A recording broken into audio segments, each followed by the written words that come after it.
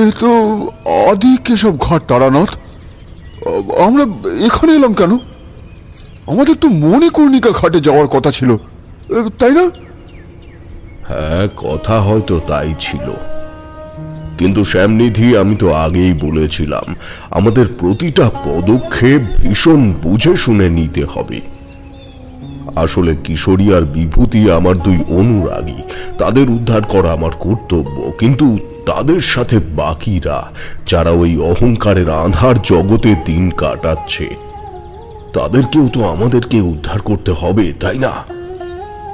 সেদিন সে ক্ষণে তপবনের কিছু গ্রামবাসী তোমাদের সাথে ওই জগতের মায়া থেকে মুক্তি পেয়েছিল, এ কথা ঠিক, কিন্তু বাকিরা, তারা তো এখনো অন্ধকারের কালিমায় ঢেকে রয়েছে, তাই না? হ্যাঁ ঠাকুর মশাই, আপনি ঠিকই বলেছেন। শুধু আমাদের তপবনেরই নয়, শহর মধ্যে নদীর ধারে নিমতলা মহাশ্মশানে যে সমস্ত মানুষের শবদাহ হয়েছে, তাদের আত্মাও কিন্তু বন্দী হয়ে রয়েছে। তাই আমাদের তাদেরকেও মুক্ত করতে হবে। আমার আর তারানাথের কথার ঠিক মাঝেই তিরুপুরোহিত তার কথাগুলো বললে। তার কথাগুলো শুনে তারানাথ বলে, তুমি একদম ঠিক কথা বলেছ। আমাদের সকলকে উদ্ধার করতে হবে। পথ কঠিন হলেও মুক্ত করতেই হবে ওই নিরীহ আত্মাগুলোকে, যারা প্রিয়জনদের হাতে শেষ জলটুকু পাওয়ার আগেই অন্ধকার জগতের দাস হয়ে উঠেছে, তাদেরকে। আমার সাধনা চর্চিত জ্ঞানে আমি জানি এ বড় কঠিন কাজ, তাই বহুল চিন্তিত কণ্ঠে আমি বলি, কিন্তু মিত্র, এ তো বড় কঠিন কাজ। যে কাজ করবে তার প্রাণ সংশয় পর্যন্ত হতে পারে। হ্যাঁ, হতেই পারে, কিন্তু তাই বলে প্রাণের ভয়ে কি চুপ করে রইব বলো? এতগুলো প্রাণ, এতগুলো নিরীহ আত্মাকে কি করে অন্ধকারের জগতে থেকে যেতে দিই বলো তো? ওদের মুক্ত করতে আমাকে এই পন্থা গ্রহণ করতেই হবে। তোমরা চাইলে বিরত থাকতে পারো, এখনো বলছি। না না তারানাথ, আমি আমি আসলে সে কথা বলতে চাইনি। দেখুন, আমরা কেউই বিরত থাকবো না, কিন্তু কিন্তু এই কঠিন পথে তোমাকে আমরা কেউ একা ছাড়বো না। আমি শুধুমাত্র বলতে চাইছিলাম যে এই পন্থাটা কঠিন। আমার কথার পরে তিরু আর ভূষণ দুজনেই একত্রে উত্তর দিয়ে তাদের সম্মতি জানালো। তারানাথ সকলের সম্মতি পেয়ে বেশ উচ্ছ্বসিত মনে বলল, তোমরা জানতে চাইলে না কেন আমরা সর্বপ্রথম এই আদি কেশব ঘাটে এলাম? হ্যাঁ তো, কারণ কর্তাবাবুর বিবি তো বললেন যে মণিকর্ণিকা ঘাটে উনি যে ওই লোকগুলোকে দেখেছেন, আর ওখানেই তাকে কর্তাবাবু হুমকি দিয়েছিল। তাই ওখানে গেলেই কিছু সুরাহা হতে পারে, আমরা পথের দিশা পেতে পারি। নিমতলা শ্মশানে ধাঁধা সংকেত পাওয়ার দুদিনের মাথাতেই আমরা বেনারস চলে এসেছি। জীবনে এটা নিয়ে দুবার এই বেনারসে আসার সুযোগ আমার হলো। এর আগে দেব দীপাবলিতে আর এক মিত্রর সাথে এসেছিলাম। সেবারই আমার প্রথম বেনারসে আসা, আর এইবার তারানাথের সাথে। আমরা বেনারসে এসে প্রথমে গোধুলিয়া চক হয়ে দশাশ্বমেধ ঘাট পেরিয়ে লোকজনকে জিজ্ঞেস করে মুরারি মোহনের বাড়ি গিয়েছিলাম। আসলে ভূষণও কোনোদিন এখানে আসেনি, তাই তার কাছে ঠিকানা থাকলেও একেবারে চিনে যাওয়া অসম্ভব ছিল। তাই লোকজনকে জিজ্ঞেস করে সেখানে যাওয়া। সে যাই হোক, সেখানে গিয়ে আমরা যা শুনি তাতে তো আমাদের হাত পা পেটের ভেতরে সেঁধিয়ে যায়। আমি কিছুক্ষণের জন্য ভেবেছিলাম যে কি করব বা কি করা উচিত, কিন্তু তারানাথ সে মুরারি বউয়ের মুখে সবটা শুনে বাড়ির বাইরে বেরিয়ে আসে। সেখান থেকে সোজা আসে এই বেনারসের আদি কেশব ঘাটে। উত্তরের এই আদি কেশব ঘাট অত্যন্ত মাহাত্ম্যপূর্ণ। সেই মাহাত্ম্যই বর্তমানে ব্যক্ত করছে তারানাথ। গঙ্গা আর বরুণা নদীর সঙ্গম স্থলে দাঁড়িয়ে আছো তোমরা। ওই যে বিষ্ণু অবতার কেশবের মন্দির, কাশী বিশ্বনাথ মন্দিরেরও আগে সৃষ্টি হয়েছে কিন্তু এই মন্দির। এই ঘাটের আদি নাম বেদেশ্বর ঘাট। এই স্থানেই ভগবান বিষ্ণুর আদি স্থান ছিল। আর এই সমস্যার সমাধান করার জন্যে আমাদের মনে রাখতে হবে শিব শত্রু জলন্ধরকে দমন করার জন্য স্বয়ং শিবেরও বিষ্ণুর সহযোগিতা প্রয়োজন হয়েছিল। আর আজ জলন্ধর অনুরাগীদের দমনের জন্যে তো ভগবান বিষ্ণুর আশীর্বাদ আমাদের একান্তই কাম্য। ওই যে দেখো ভগবান বিষ্ণুর পদচিহ্ন, ওই যে, সকলে মিলে আশীর্বাদ নাও। এই নির্জন পবিত্র স্থানের মাহাত্ম্য অনেক, তা বলে বোঝানো যাবে না। তারানাথের কথা শেষ হতে না হতেই আমরা আদি কেশবের মন্দিরে প্রণাম করে আশীর্বাদ অর্জন করি। আমাদের প্রণামের সাথে সাথেই নদী পথে শঙ্খের সুরধ্বনি ভেসে আসে। বিকেলের অস্তমিত সূর্যের আলোয় নদীর জল সোনালি হয়ে উঠেছে। নদীবক্ষে শালতী নৌকা চড়ে ঘুরে বেড়াচ্ছে। বেনারসের সমস্ত ঘাট দর্শন করছে বিভিন্ন পুণ্য দর্শনকারীর দল। আমরা সকলেই তারানাথের কথার অন্তর্নিহিত অর্থ বুঝতে ব্যস্ত। ঠিক এমন সময় ভূষণ নদীর দিকে তাকিয়ে বলে ওঠে, ঠাকুর মশাই, ওই ওই ওই যে ওই যে দেখুন, ওই যে দূরের শালতিতে সেই রকম কালো চাদর মোড়ানো লোক, ওই রকম লোকজনই আসতো তো কর্তাবাবুর কাছে। ভূষণের কথা শুনে তারানাথ চিন্তিত সুরে বলে, কই কই ভূষণ, কোন নৌকায়? ভূষণ তর্জনী নির্দেশ করে দূরের একটা নৌকা দেখায়। আমরা প্রত্যেকেই দেখি নৌকায় দুজন বসে রয়েছে। সেই নৌকার দিকে আমরা গভীর দৃষ্টি নিক্ষেপের সাথে সাথে অদ্ভুতভাবে নৌকার মাঝি জলে ঝাঁপ দেয়, আর নৌকাটিও নিমিষের মধ্যে জলে তলিয়ে যায়। নৌকায় থাকা লোকজনেরা আর্তচিৎকার করে ওঠে। নৌকাটি তলিয়ে যেতে দেখে ভূষণ সিঁড়ি দিয়ে দৌড়ে নিচে যেতে চায়, কিন্তু তারানাথ গতি খারাপ বুঝতে পেরে ভূষণকে আটকে দেয়। পরিস্থিতি বড় কঠিন দেখে তিরু আপন মনে প্রার্থনা করতে শুরু করে, পথ দেখাও প্রভু, পথ দেখাও মোদের। তবে তিরুর প্রার্থনা সেই মুহূর্তে ভগবান বিষ্ণুর কান পর্যন্ত পৌঁছায় কিনা তা জানা নেই। তবে ওই মন্দিরের একজন পুরোহিতের কান পর্যন্ত অবশ্যই পৌঁছেছিল। তিনি তিরু পুরোহিতকে কাতর কণ্ঠে প্রার্থনা করতে দেখে নিজেই আমাদের কাছে এসে বলেন, পথ তিনি সবাইকেই দেখান, শুধু পথ চিনে নিতে হয় নিজেদের। ভদ্রলোককে সরল বাংলায় কথা বলতে দেখে তারানাথ একটু অবাক হয়ে জিজ্ঞেস করে, তুমি এই মন্দিরের পুরোহিত, বাঙালি নাকি? হ্যাঁ, জন্মসূত্রে বাঙালি, কিন্তু সেই 10 বছর বয়স থেকেই আমি এইখানেই আছি। বাবা সেই যে বেনারস নিয়ে এলেন, তারপর থেকে আমি এইখানেই রয়ে গেছি, এই বাবার কাছে। আগত পুরোহিতকে লোক বলা চলে না, কারণ খুব জোর হলে তার বয়স বছর 25 হবে। এত অল্প বয়সী ছেলে এভাবে কথা বলছে, এই ব্যাপারটা আমাকে একটু ভাবায়। সেসব যাই হোক, আমার মতো তারানাথও একই দ্বন্দ্বে পড়ে। তাই সে তাকে জিজ্ঞেস করে, তোমার বাবার কি হয়েছিল? কি আর হবে, সে এক মোহর বশে এখানে এসেছিল বাবা ঠাকুর, কিন্তু এখানে আসার পর যখন বুঝলো যে সে কিসের বশবর্তী হয়ে পড়ছে, ততক্ষণে সব শেষ হয়ে গেছে, আর ফেরার পথ ছিল না। পুরোহিত ছেলেটির কথায় আমাদের সকলেরই কেমন যেন একটা লাগে। আর তারানাথের মনে তো ততক্ষণে প্রশ্নের বীজ তৈরি হয়ে গেছে।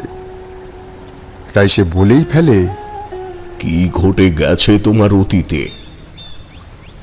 দেখো, যদি একটু খুলে বলো তাহলে হয়তো আমি চেষ্টা করতে পারবো ভবিষ্যতে ওই মোহ থেকে মানুষকে বাঁচাতে। ছেলেটি তারানাথের কথা শুনে চুপ করেছিল। তারপর খানিকক্ষণ ভেবে বলতে শুরু করলো, আমরা বাংলার হুগলি জেলার বাসিন্দা। বাবারা 3 ভাই, আর বাবা সকলের কনিষ্ঠ হওয়ায় বাবার গুরুত্ব বরাবর কম ছিল। বাবাকে দিয়ে কেউ পুজো করাতে চাইতো না, তাই আমাদের পরিবারে অভাব অনটন ছিল নিত্যদিনের সঙ্গী। অমনি এক অভাবের রাতে উপবাসী মা বাবাকে বলেছিল, চলো না, আমরা ওই সোনার দুখানা চুড়ি বেচে ছেলেকে নিয়ে কাশি পালিয়ে যাই। শুনেছি সেখানে নাকি অনেক মন্দির। কোথাও না কোথাও বাবা বিশ্বনাথের কৃপায় ঠিক একটা ব্যবস্থা তোমার হয়ে যাবে। কিন্তু বাবা মায়ের কথায় কোনোদিনই পাত্তা দেননি। সব সময় বলেছেন যে ভিটে ছেড়ে যাওয়া মহাপাপ। এই ভিটেই আমাদের গয়া, কাশী, বৃন্দাবন।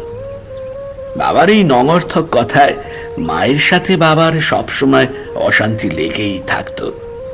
একদিন মা বাবাকে রেগে গিয়ে বলেছিল, জানি তো, তুমি তো এমনি এমনি ভিটে ছেড়ে যাবে না। আমি মরলে বরং তুমি কাশি যাও। সত্যি সত্যি তারপর আমার মা মাসখানেকের মধ্যে মারা যান। মা মারা যাওয়ার পর সংসার উলট পালট হয়ে যায়, আর বাবাও একটু কেমন কেমন হয়ে যান, বলা যায় পাগল পাগল হয়ে যায়। রোজগার ভিক্ষে করতেও যেত না। বিপদে পড়ে পেটের দায়ে আমি যেতাম ভিক্ষের ছুরি নিয়ে। একদিন দ্বীপ্রহরে বাড়ি এসে দেখলাম ঘরের দাওয়ায় 2 জন বসে রয়েছে। তাদের মাথা মুখ দেখা যাচ্ছে না। অদ্ভুতভাবে পুরোটাই কালো ধুতি কাপড়ে মোড়ানো। আমাকে দেখে তারা বাবাকে একটু হুমকির স্বরেই বলল, তোমার ভালোর জন্যই বললুম, ওখানে গেলে অন্তত এমন না খেতে পেয়ে মরবে না। তারা সেদিন ওই কথাগুলো বলেই বাড়ি থেকে চলে যায়। আমি বাড়ি ফিরে 2 জনের মধ্যাহ্ন ভোজনের বন্দোবস্ত করছি, এমন সময় বাবা আমাকে ডেকে জানালেন তিনি কাশী যাবেন। আমি তার কথা শুনে প্রথমে রাজি হইনি, কারণ আমার মা ওই ভিটেতে না খেতে পেয়ে মরেছে, আর আমরা তার জীবন্ত বেলার ইচ্ছাটা পূরণ করতে নিজেদের ভালোর জন্য তার মৃত্যুর পর কাশী চলে আসব, এইটা আমি কিছুতেই মানতে পারি না। প্রথমে বাবাকে না বলে দিই, কিন্তু তারপর বাবা কোনো কিছুতেই না আটকালে বাবার সাথে আমাকে এখানে আসতেই হয়। আর সেই থেকেই আমি এখানে। যদিও এখানে আসার পর আমরা এখানে থাকতাম না, থাকতাম অন্য এক ঘাটের কাছে। সেখানে থাকতে থাকতেই বাবা কাশীর অন্য এক শিব মন্দিরের পূজারীও হন, যদিও সেটাও এই লোকগুলোর জন্যই হয়েছিল। বাবাকে তারা কিছু একটা বিশেষ কারণে ওই মন্দিরের পূজারি করেছিলেন, সেটা আমি বুঝেছিলাম সেই দোলের রাতে। এই পর্যন্ত বলে সে খানিক থামে। সে থামলে তারানাথ একটু দ্রুততার সাথেই বলে, তারপর কি হয়েছিল বলো? দেরি করো না, মোটে সময় নেই, বলো তারপর কি হয়েছিল। সেদিন ছিল ওই শিব মন্দিরের দেবদাসী নির্বাচনের দিন, আর সেদিন দেবদাসী নির্বাচনের দায়িত্ব পড়েছিল আমার বাবার উপর। পরে যদিও বুঝেছিলাম সবই ছিল ওদের পূর্ব পরিকল্পিত। ওই বংশের একজনকে ওদের দরকার ছিল, আর ঠিক সেই কারণেই ওদের এত চক্রান্ত।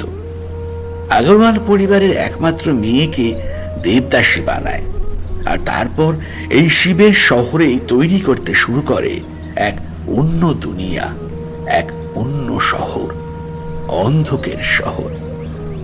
এতদিন পরে আমি অপেক্ষায় ছিলাম সঠিক মানুষের, যারা পারবে এই অনর্থ আটকাতে।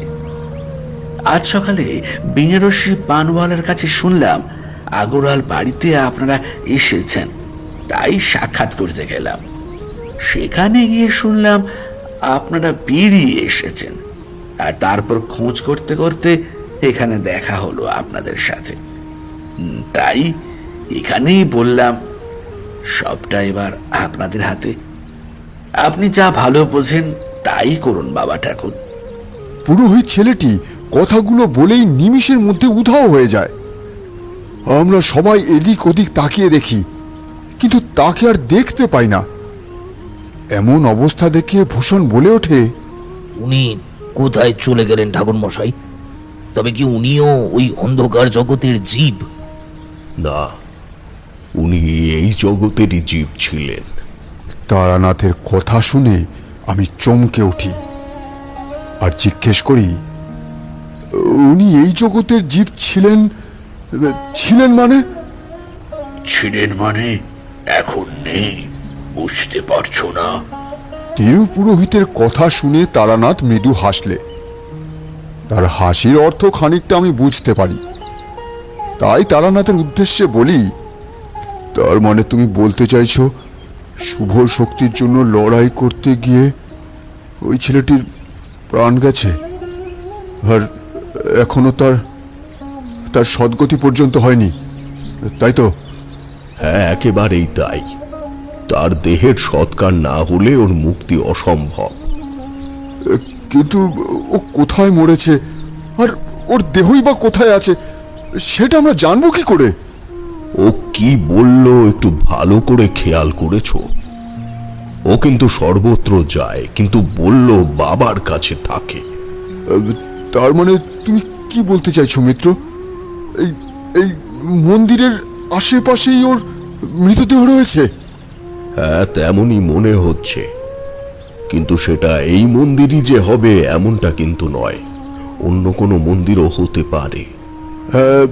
তাহলে হতে পারে ওর বাবা যে মন্দিরের পূজারী হয়েছিলেন সেই মন্দিরের আশেপাশে রয়েছে? হ্যাঁ, হতেই পারে সেই মন্দিরের আশেপাশেই রয়েছে। কিন্তু সে যাই বা হোক না কেন, আমাদের এখন খুঁজে বের করতে হবে সেই মন্দিরটা। কিন্তু তার আগে খুঁজতে হবে সেই স্থান, যে স্থানে অন্ধকের দূতেদের অবাধ যাতায়াত। সে তো এখানেও ওরা আসছে তাহলে।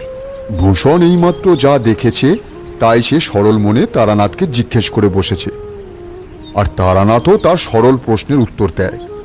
বলে, হ্যাঁ, তারা এখানেও এসেছে এই কথা ঠিক, কিন্তু কোনো একটা জায়গা তো তারা জোট বেঁধে রয়েছে, যেটা তাদের উৎস, যেটা অন্ধকের দূতের আবাসস্থল।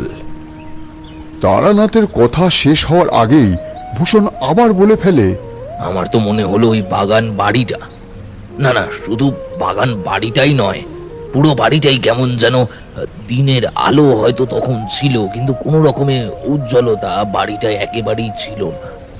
আর খেয়াল করেছিলেন বাড়ির বাইরে একখানা পাথর পোঁতা রয়েছে, আর তার ওপর বাড়ির আবর্জনা জল এসে পড়ে। কি অদ্ভুত দেখতে পাথরটা, অনেকটা শিবলিঙ্গ উল্টে রাখলে যেমন হয় ঠিক তেমন। এতক্ষণ তারানাথ কথাগুলো শুনছিল, মনোযোগ দিয়ে না হলেও এমনি শুনছিল। কিন্তু ওই পাথর পুঁতে রাখার কথাটি শুনেই তারানাথ ভূষণকে বেশ তীব্রভাবে জিজ্ঞেস করে, তুমি সত্যি বলছো? হ্যাঁ ঠাকুরমশাই, আমি সত্যি বলছি। আপনারা তখন বাইরে থেকে বেরিয়ে কথা বলছিলেন, তখনই আমি দেখতে পেয়েছি বাড়িটার বাইরে নর্দমার পাড়ে পোঁতা রয়েছে পাথরটা। দেখি একটু অদ্ভুত মনে হয়েছিল। আমি সেদিকে এগিয়েই যাচ্ছিলাম, কিন্তু একটু এগোতেই একটা প্রচন্ড গরম হাওয়া আমায় ঘিরে ধরে। হাওয়াটা আগুনের মতো গরম হওয়ায় আমি সেখানে দাঁড়াতে না পেরে চলে এসেছিলাম। কিন্তু এখন যখন আপনি বললেন তখন আমার মনে পড়ল। ভূষণের কথা শেষ হয় না, তার আগেই তারানাথ হুড়মুড়িয়ে তাকে বলে, কোথায়? চলো দেখি এক্ষুনি। এরকম একটা কথা তুমি আমাদের আগে বলবে না, বলো দেখি। তারানাথের উদ্বেগের কারণটা আমি কিছুটা বুঝতে পারি, তাই আমি ভূষণকে বুঝিয়ে বলি, বাবা ভূষণ, আমাদের হাতে বিশেষ সময় নেই, মাত্র 16 প্রহর, আর এই 16 প্রহরের মধ্যেই আমাদের কর্ম সম্পাদন করতে হবে, নইলে নইলে মহা সর্বনাশ হবে যে। আমি ভূষণকে বুঝিয়ে বলার চেষ্টা করি, কিন্তু ভূষণ বোঝে একটু বেশি, তাই সে আমার কথা শুনে বলে, তাহলে কর্তাবাবুর আত্মা মুক্তি পাবে না? ভূষণ, এখন এ সমস্ত কথা বলে সময় নষ্ট করার মতো এক বিন্দু সময় আমাদের কাছে নেই বাবা। এখন এখন যত তাড়াতাড়ি সম্ভব আমাদের সূত্র খুঁজতে হবে, এবং সেই সমস্ত সূত্র ধরেই সমস্ত হিসেব মেলাতে হবে।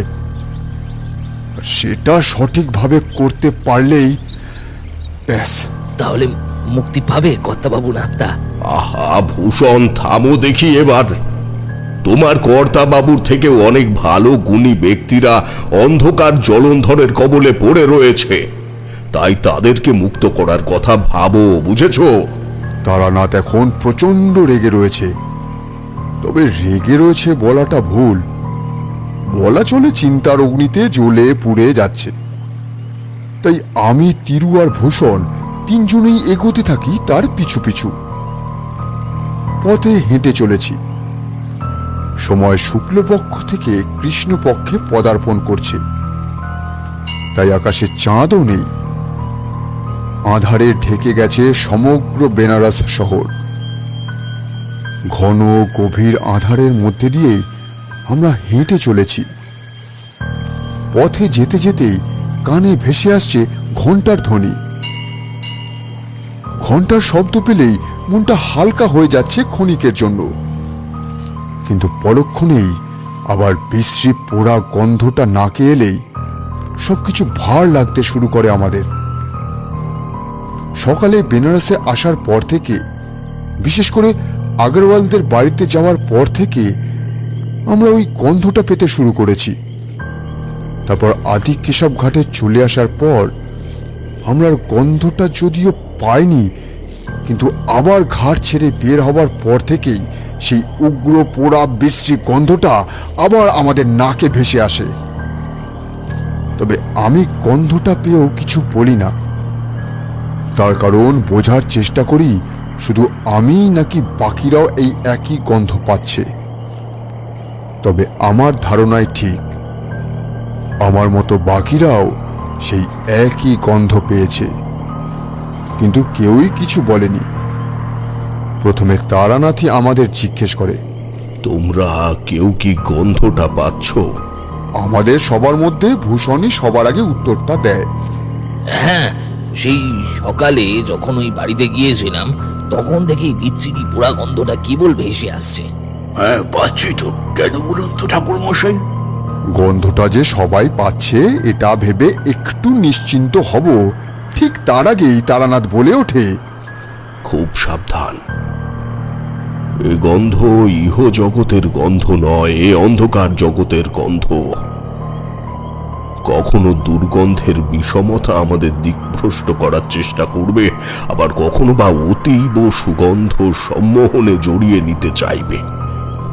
দুটোর মধ্যে একটাও আমাদের সাথে ঘটলে আমরা ভীষণ বিপদে পড়ে যাব। কিন্তু তারানাথের কথাগুলো শুনে সেই সময় যদিও সকলেই চুপ করে গিয়েছিলাম, কিন্তু চুপ করে দাঁড়িয়ে থাকার সময় তো এটা নয়।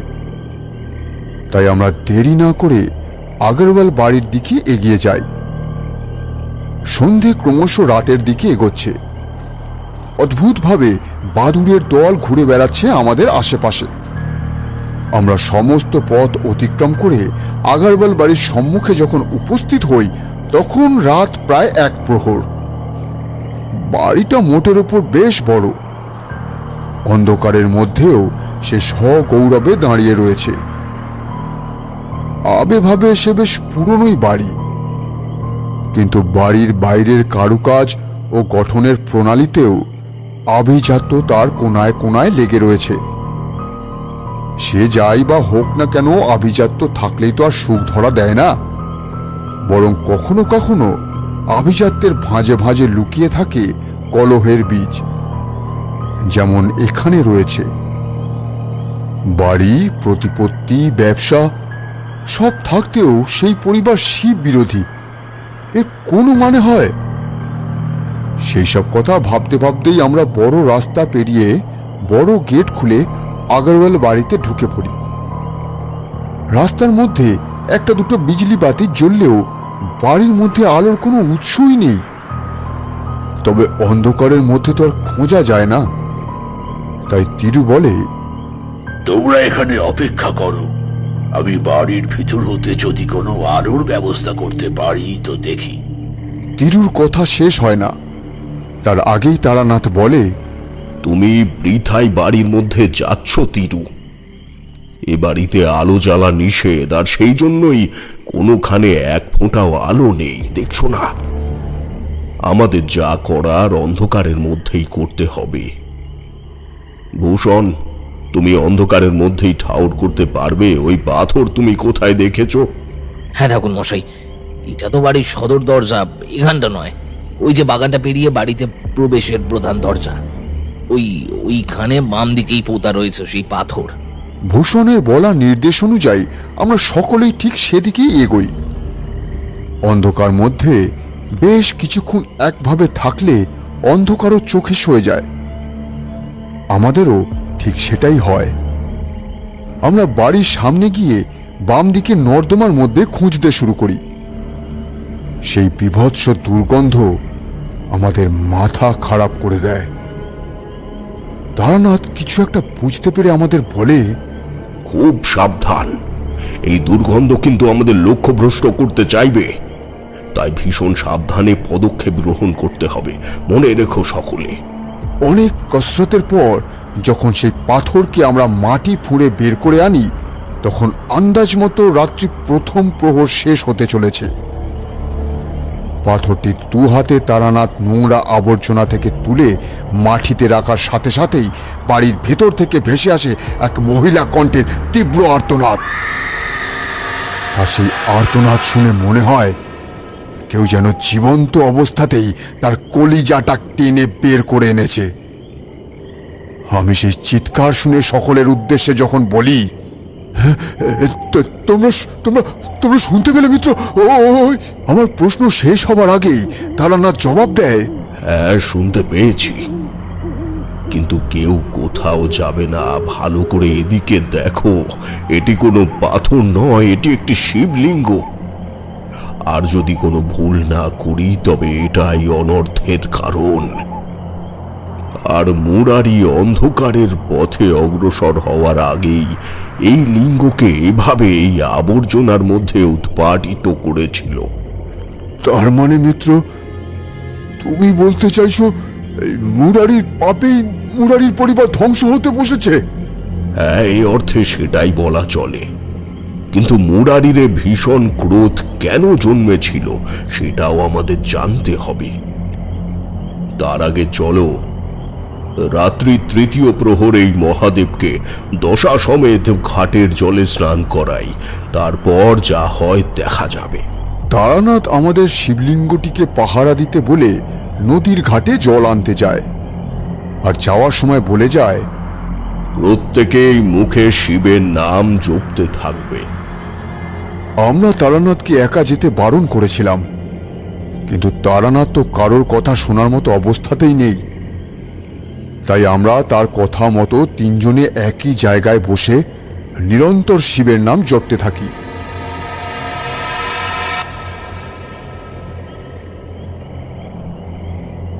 কিবা দিন কিবা রাত, সর্বক্ষণই এক ব্যাপক ঘন অন্ধকারে ঢেকে আছে সর্বত্র। দম বন্ধ হয়ে আসছে, আর উচ্চারিতেও পারছি না ওই একই কথা। কিন্তু উপায় নেই যে। সেই যে আমার ঘরের দরজা খুলে কিশোরী ডাকলো, তার ডাক উপেক্ষা করতে না পেরে সেই যে আমি সবটুকু শক্তি দিয়ে ঘরের ভেতরে প্রবেশ করলাম। তারপর থেকে শুরু হলো ওই জোর জবরদস্তি। এক সুরে এক তালে সেই থেকে বলে যেতে হচ্ছে, জয় অন্ধকের জয়, জয় অন্ধকের জয়, জয় অন্ধকের জয়। প্রাণের ভয়ে একভাবে সেই নাম জপ করে চলেছি। কিশোরীও পাগলের মতো সেই একই নাম জপ করছে, জয় অন্ধকের জয়, জয় অন্ধকার জয় অন্ধকের জয়, জয়, জয় অন্ধকের জয়। জয় অন্ধকার জয়। একভাবে এই নাম জপলে তবেই নাকি সিদ্ধি লাভ হবে আমাদের।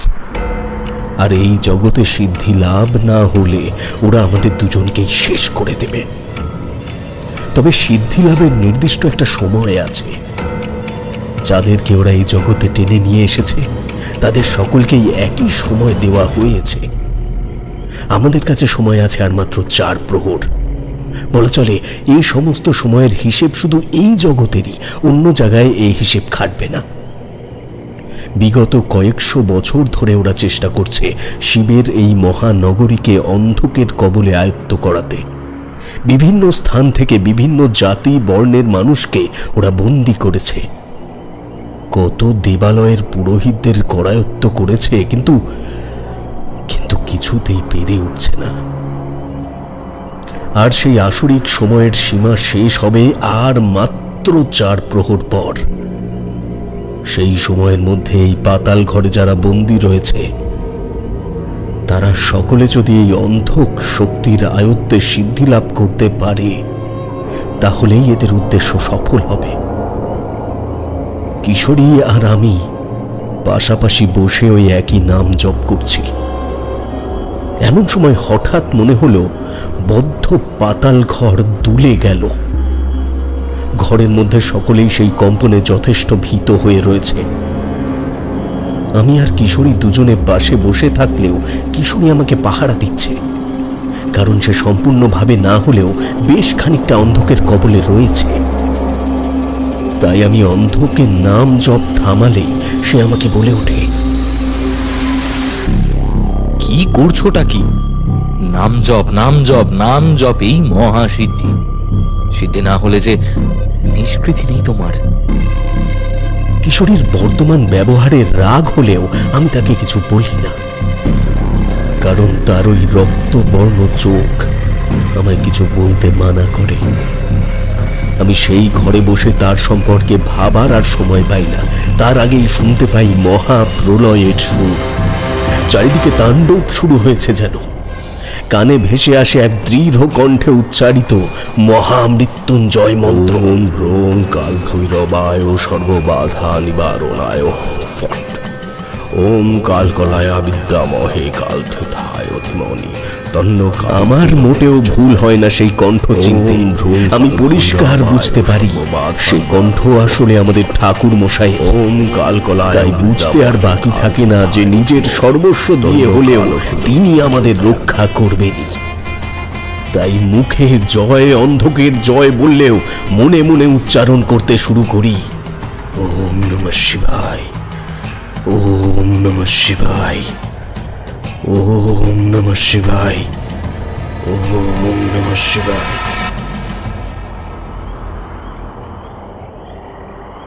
আগরওয়াল বাড়িতে শিবলিঙ্গ উদ্ধারের সাথে সাথেই বাড়ির পরিচারক নিজ গামছাতেই নিজে গলায় ফাঁস দিয়ে মরে। সেই ঘটনা চাক্ষুষ করেই বাড়িতে উপস্থিত একমাত্র মানুষ মুরারি মোহনের পত্নী আর্তচিৎকার করে উঠেছিল।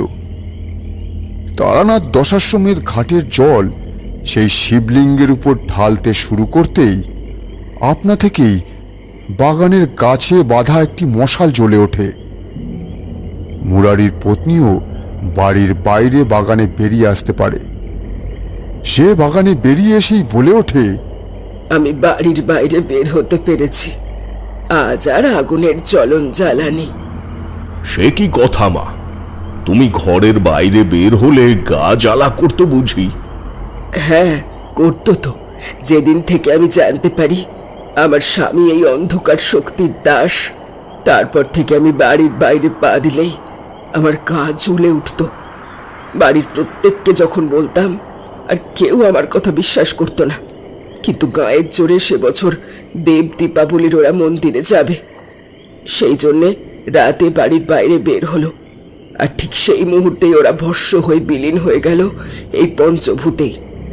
আমি কিচ্ছু করতে পারিনি, শুধু তারপর আমার স্বামীকে না জানিয়ে গোত্রান্তর করে একটি মাত্র উত্তরাধিকারকে পাঠিয়ে দিয়েছি অনেক দূরে, অনেক দূরে, যার নাগাল আর কেউ পাবে না, কেউ না।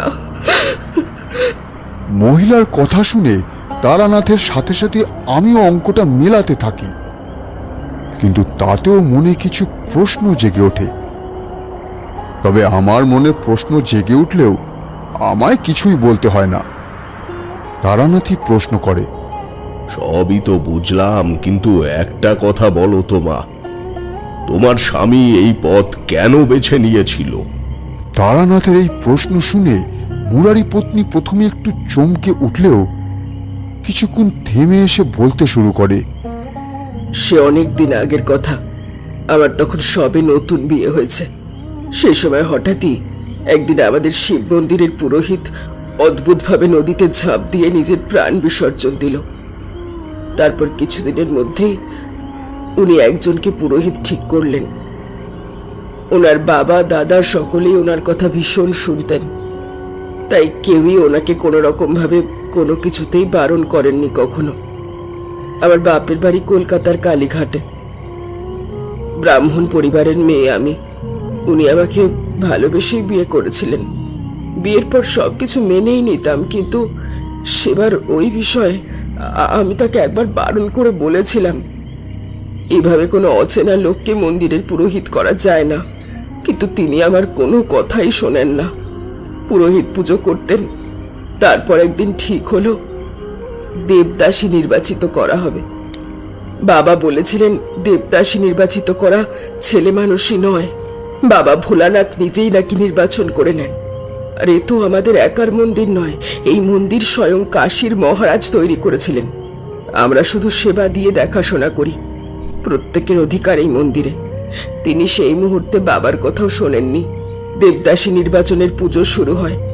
দোলের দিন পুজোর চরম মুহূর্তে এই পরিবারের একমাত্র মেয়ে মানে আমার ননদ নিজেই নিজেকে দেবদাসী ঘোষণা করে।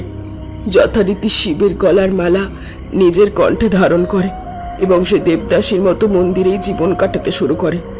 সে দেবদাসী জীবন বেছে নেওয়ায় তার দাদা এমনিতেই রেগেছিল ভগবানের ওপর। তিনি মনে করতেন ভগবান শিব নাকি ইচ্ছে করে তার বোনকে দেবদাসী বানিয়েছেন। আর সেই রাগ আরো উচ্চ পর্যায়ে পৌঁছে গেল বোনের মৃত্যুর পর। আর সেই থেকেই শিবের প্রতি তার রাগ ক্রোধে পরিণত হলো। আর তারপরই একদিন মন্দিরের শিবলিঙ্গ উনি মাটিতে পুঁতে দেন। সেই থেকে এ বাড়ির এই অবস্থা। সেই পুরোহিতকে শেষ করে দেন, তারপর তার পুত্র এখান থেকে চলে যায়। পরে সে একদিন এই বাড়িতে এসেছিল, কিন্তু যাওয়ার সময় সিঁড়ি থেকে পড়ে গিয়ে তারও মৃত্যু হয়। আর সেই ঘটনা জানার পর থেকে উনিও কলকাতা থেকে বেনারস আসতেন না খুব একটা। আমি অনেকবার জানতে চেয়েছি, কিন্তু যখন বুঝতে পারি তখন অনেক দেরি হয়ে গেছে। তারানাথ মুরারি পত্নীর সমস্ত কথা শুনে বলে, সব বুঝেছি। এখন একটাই উপায়, আমাদের এই শিবলিঙ্গকে যথাস্থানে স্থাপন করতে হবে। কিন্তু তারানাথ, এই রাত্রি তৃতীয় প্রহরে শিবলিঙ্গ স্থাপন মানে কি করে সম্ভব? জানি শ্যামনিধি, আমি সবই জানি। দিবালোকেই শিবলিঙ্গ স্থাপন করা হয়, কিন্তু এখন এছাড়া আর কোনো উপায় নেই। তাই এই রাতেই মহেশ্বরকে তার স্থানে পুনঃস্থাপন করতে হবে। তবে তার আগে মা, আমাদের এই রাতেই যেতে হবে কাল ভৈরব মন্দিরে। যেহেতু তোমার স্বামী মারা গেছে এবং তার শেষকৃত্য সম্পন্ন হয়নি, তাই তুমি কিছুই করতে পারবে না। যা করার আমাদেরকেই করতে হবে। তুমি শুধু আমাদের সাথে থাকবে। আমি কাল ভৈরবের অনুমতি নিয়ে দশাশ্বমেধ ঘাট থেকে স্নান করে আসব। তারপর এই মন্দিরে মহেশ্বরকে পুনঃস্থাপন করব। আর তুমি মন্দিরের নিচে বসে এই বংশের ছেলের পাপের ক্ষমা প্রার্থনা করবে। মন্দির যেহেতু তোমার বংশের নয়, সেহেতু তার পুনঃপ্রতিষ্ঠা আমাকেই করতে হবে। কিন্তু যেহেতু তোমার স্বামী তার প্রতি ক্রোধিত হয়ে ভুল করেছে, তাই তোমাকেই ক্ষমা চাইতে হবে মহেশ্বরের কাছে। কারণ মহেশ্বর চাইলে তবেই অন্ধক আর জলন্ধরের অনুচররা আবারও নিদ্রায় যাবে অতল গভীরের পাতাল লোকে। তারানাথ কথাটা বলার সাথে সাথেই মুরারি পত্নী বলে, হ্যাঁ বলুন, আমায় কি করতে হবে? আমার স্বামী, সন্তান, আমার পূর্বপুরুষের আত্মাকে ওই ভয়ঙ্কর অন্ধকার জগৎ থেকে মুক্তি দেওয়ার জন্য আমি সব করতে পারি, সব। মুরারি পত্নীর সম্মতিতে তারানাথ ভীষণ খুশি হয়। সে সাথে সাথেই বলে, তাহলে আর দেরি নয় মা, এখনই চলো। মুরারি পত্নী কালভৈরব মন্দিরের পথে এগোচ্ছে, আর আমরা তার পিছু পিছু এগোচ্ছি। অতি প্রাচীন শহরের সরু গলিপথে রাতের আঁধারে হেঁটে চলেছি। মাঝে মাঝে ভেসে আসছে রাতের প্রহরী পেঁচার ডাক। বেশ খানিকটা পথ পেরোনোর পর আমরা কাল ভৈরবের মন্দিরে উপস্থিত হই, কিন্তু সময়ের নিরিখে মন্দির বন্ধ। তাই মুরারি পত্নী তারানাথের দিকে প্রশ্নসূচক দৃষ্টিতে তাকালে তারানাথ বলে, জানি মা, মন্দির বন্ধ, কিন্তু তবুও তুমি তাকে মনে মনে জানাও, আমরা যেন মহেশ্বরকে পুনঃস্থাপন করতে পারি। তারানাথ কথাখানা বলার সাথে সাথেই মুরারি পত্নী মন্দিরের সামনেই পঞ্চাঙ্গে প্রণাম করে কাল ভৈরবের কাছ থেকে অনুমতি নিচ্ছে। এমন সময় ভূষণ আমাকে জিজ্ঞেস করে, কাল ভৈরবের মন্দিরে আমরা এলাম কেন? বিশ্বনাথ মন্দিরে তো কই গেলাম না তো। বেনারসের বাবা বিশ্বনাথ দ্বাদশ জ্যোতির্লিঙ্গের এক জ্যোতির্লিঙ্গ। গোটা ব্রহ্মাণ্ড খ্যাত বাবা বিশ্বনাথ, তার মন্দিরে তো আমরা যাবই, কিন্তু কাশীর এই কাল ভৈরব, ইনি হলেন কাশীর কোতোয়াল। এই পুরাণ মতে ব্রহ্মা বিষ্ণুর বিবাদের সময় স্বয়ং শিবের ক্রোধ থেকেই সৃষ্টি হয়েছিল এই কাল ভৈরব, আর স্বয়ং শিবই তাকে এই কাশীর দায়িত্ব দিয়েছিলেন, কাশীকে রক্ষা করার দায়িত্ব। কোতোয়াল কথার অর্থ হলো রক্ষাকর্তা, বুঝলে? ভূষণের কথার উত্তর দিতে দিতেই আমরা বিশ্বনাথ মন্দিরের সামনে এগোই। সেখানেও একইভাবে বিশ্বনাথ দেবের আশীর্বাদ নিয়ে আমরা ফিরে আসি আগরওয়ালের বাড়ির সামনে। বাড়ির সদর দরজায় প্রবেশের খানিক আগেই বুঝতে পারি সেখানে দাঁড়িয়ে 4টি লোক, বেশ সন্ধ্যা সন্ধ্যা 2 লোক। তাদের মধ্যে একজনকে দেখে তারানাথ বলে, সর্বনাশ, কিশোরী ওকেই পথের বাঁধা করে পাঠিয়েছে আমার। সামনের লোকগুলোর বেশভূষা দেখে আমার বুঝতে বাকি থাকে না যে তারা কারা, কিন্তু এত কম সময়ের মধ্যে তাদের রক্ষা করব কি করে? এসব ভাবতে ভাবতেই আমি এগোচ্ছি, তার আগেই তারানাথ লোকগুলোর উদ্দেশ্যে বলে ওঠে, তোমরা কিন্তু কেউ অন্ধক অনুরাগী বা জলন্ধরের সহযোগী নও। তোমরা সকলেই মঙ্গলময় ঈশ্বরের সন্তান। তোমরা আলোর উৎস। অন্ধকার বাস থেকে ফিরে এসো আলোয়। তারানাথকে ভালো মুখে কথা বলতে শুনে আমি আন্দাজ করেইছিলাম এরা কেউ ভালো মুখের কথা বোঝার লোক নয়, আর যা আন্দাজ করি তাই হয়। তারানাথের কথা তারা কেউ শোনে না, কিছু বলেও না, শুধু প্রত্যেকে সেই অদ্ভুত একটা বাঁশি বের করে বাজাতে শুরু করে। বাঁশির শব্দ হওয়ার সাথে সাথেই জলের গর্জন শোনা যায়। নদী আগরওয়াল বাড়ি থেকে প্রায় 700 মিটারের পথ, কিন্তু সেই মুহূর্তে নদীর গর্জন শুনে মনে হয় নদীর জল নিমেষে গ্রাস করে নেবে সবটা। তাদের বাঁশির শব্দে সেই একইভাবে মন মস্তিষ্কে দোলাচল সৃষ্টি করে। আবোল তাবোল সব জিনিস চোখের মধ্যে ভাসতে শুরু করে। সেই প্রথম দিনের লোধাশলির জঙ্গলের মতন মনে হতে শুরু করে। দেখি তিরুও সেই আগের দিনের মতো কাঁপতে শুরু করেছে। দেখে আমার মনে পড়ে তারানাথ বলেছিল শিব নাম জপ করতে, শিব নাম জপেই একমাত্র নিষ্কৃতি। আমি তাই তারানাথের কথা মতো শিব নাম জপ শুরু করি। ওম নমঃ শিবায়, ওম নমঃ শিবায়, ওম নমঃ শিবায়। আমার মুখে শিব নাম জপ শুনে তিরু আর ভূষণ তারাও শিব নাম জপ শুরু করে দেয়, সঙ্গে মুরারি পত্নী সেও। তারানাথ আমাদের শিব নাম জপ করতে শুনে বলে, শুধু শিব নাম জপ করলে হবে না, আমাদের শিবকে পুনঃস্থাপন করতে হবে এবং জলের মাঝে এই বাঁশিকে অগ্নি আহুতি দিতে হবে, তবেই নিষ্কৃতি। এই সুর এত মোহময় কারণ এই সুরেই ওরা বেঁধেছে হাজারো নিরীহ আত্মাকে। কথাটা বলেই তারানাথ আবারও বলে, তোমরা দেরি করো না, তোমরা শ্মশানে যাও, মণিকর্ণিকা শ্মশানে। সেখানে গিয়ে শুধু একটা মাটির হাঁড়ির ব্যবস্থা করতে হবে। চারিদিক অন্ধকার আর সামনে অন্ধকের দূত। শিবকে প্রতিষ্ঠা করতে হলে তারানাথকে তাদের পেরিয়ে বাড়ির ভেতর প্রবেশ করতেই হবে। সেই কারণেই আমি প্রথমে একটু দ্বিধাগ্রস্ত হই, যেতে চাই না, কিন্তু তারানাথের কথা শুনে আমাদের সেখান থেকে যেতেই হয়। চতুর্থ প্রহর শুরু হতে আর খানিক বাকি। কেউই আমাকে ছেড়ে যেতে রাজি নয়, কিন্তু পাঠাতে তো হবেই, কারণ আকাশের গতিক ভালো নয়। বৃষ্টি আসবে এক্ষুনি, আর এই বৃষ্টি ঈশ্বর প্রদত্ত কিন্তু নয়। বাঁশির সুরে সত্যি সত্যি বৃষ্টি নামে। আমি এগিয়ে যাই বৃষ্টি মাথায় নিয়ে। অন্ধকের দূতরা উদ্যত হয় আমাকে আটকাতে। আমি এগোতে থাকি কাল ভৈরব মন্ত্র জপতে জপতে। কিশোরী অন্ধকের আদেশ মতো আমার হাত ধরে পথ রুদ্ধ করতে চায়, কিন্তু কোনো লাভ হয় না। কাল ভৈরবের শক্তিশালী মন্ত্রের কাছে অন্ধকার শক্তির কোনো জায়গা নেই, তাই ওরা কিছুতেই কিছু করে উঠতে পারে না। আমি বাড়ির ভিতরে প্রবেশ করে উঠোন থেকে শিবলিঙ্গকে কাঁধে নিয়ে এগিয়ে যাই মন্দিরের দিকে।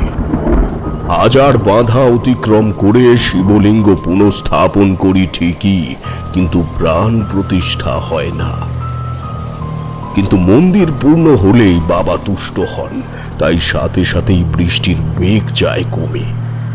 আমি এগোতে থাকি মণিকর্ণিকা ঘাটের দিকে।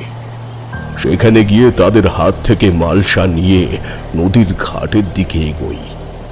বৃষ্টির মধ্যে সবাই ভিজে চুপচুপে, তখনও একটা মরা পড়ছে শ্মশানে। সৎকারের দায়িত্বে দাঁড়িয়ে ডোম সেও ভাবছে অসময়ে বৃষ্টি আসার কারণটা কি। কিন্তু ভাবলেই বা কি, অনেক কিছুই এই পৃথিবীতে ঘটে যা কিছুর কারণ থাকে না। সে যাই হোক, শ্যামনিধি আমাকে বারবার বলে, এবার এই বৃষ্টিতে কি করবে? আমি তার কথার তৎক্ষণাৎ কোনো উত্তর দিই না, শুধু বলি জলের স্রোত প্রবল হবে। প্রত্যেকেই প্রত্যেকের হাত ধরে থাকবে। আমি বাঁশি আহুতি না দেওয়া পর্যন্ত তোমরা বলতে থাকবে, কাল হর, কষ্ট হর, দুঃখ হর, হর হর পার্বতী পতয়ে নমঃ। আমার কথা মতো তারা আমাকে গোল করে ঘিরে এই একই মন্ত্র উচ্চারিত করতে থাকে। আমি মন্ত্র বলে মালসায় থাকা কাঠে আগুন জ্বালাই, আর আগুন জ্বলার সাথে সাথে জলের স্রোত বাড়তে থাকে। আমি সকলকে বলি কেউ কাউকে ছাড়বে না, আর মুখে উচ্চারণ কিন্তু থামাবে না। তারা আমার কথা মতো সবকিছু পালন করে চলে। আমিও মালসার আগুনেই বাঁশি আহুতি দিই। সুরে বন্দি থাকা আত্মাদের মুক্তি কামনা করে বাঁশিটা আহুতি দেওয়ার সাথে সাথে নদী যেন তোলপাড় শুরু হয়। জলের তোরে টিকে থাকা দায় হয়ে পড়ে। হঠাৎ ধেয়ে আসা জলোচ্ছ্বাসে নদী আমাদের মণিকর্ণিকার ঘাটে তুলে দেয় একেবারে। শুধু এটাই অনুভব করতে পারি, আমরা কোনোভাবে পৃথিবীর গায়ে কেবল একটু লেগে রয়েছি। এতদিনে কখনো ক্লান্তি আসেনি আমার। আজ নদীর স্পর্শে আমার চোখ বুজে আসে। আস্তে আস্তে রাত পেরিয়ে ভোর হয়। সকলের গুনগুন গুঞ্জনে আমার চোখ খোলে। দেখি আমরা বসে আছি মণিকর্ণিকা ঘাটে। সামনে কিশোরী আর বিভূতিও রয়েছে। শ্যামনিধি, তিরুও অবাক, তাদের গ্রামের হারানো কত মানুষ ফিরে এসেছে। আবার শ্যামনিধির খানিক দুঃখও হয়, কারণ তার মেয়ে ফিরল না। ভোর রাতের করাল গ্রাসী স্রোত এখন আর নেই, তবে ভালো লাগে সকলকে দেখতে পেয়ে। কিশোরী আর বিভূতিকে দেখতে পেয়ে বুকে বল আসে। তাই বলি, তাহলে হলো আলোরই জয়, আর অন্ধকার গেল কালের অতলে। আমার বলা কথা শুনে বিভূতি বলে, হ্যাঁ হয়েছে হয়তো, কিন্তু আমি শুনেছি অন্ধকাল গহ্বরে বন্দী হলেও জলন্ধর হবে না। সে নাকি মহাশক্তিশালী, তাই কোথাও না কোথাও সে ফিরবেই। আমি জানি বিভূতি, জলন্ধর ফিরবে, কারণ আমরা তো সবে জলন্ধরের তীরে এসে পৌঁছেছি।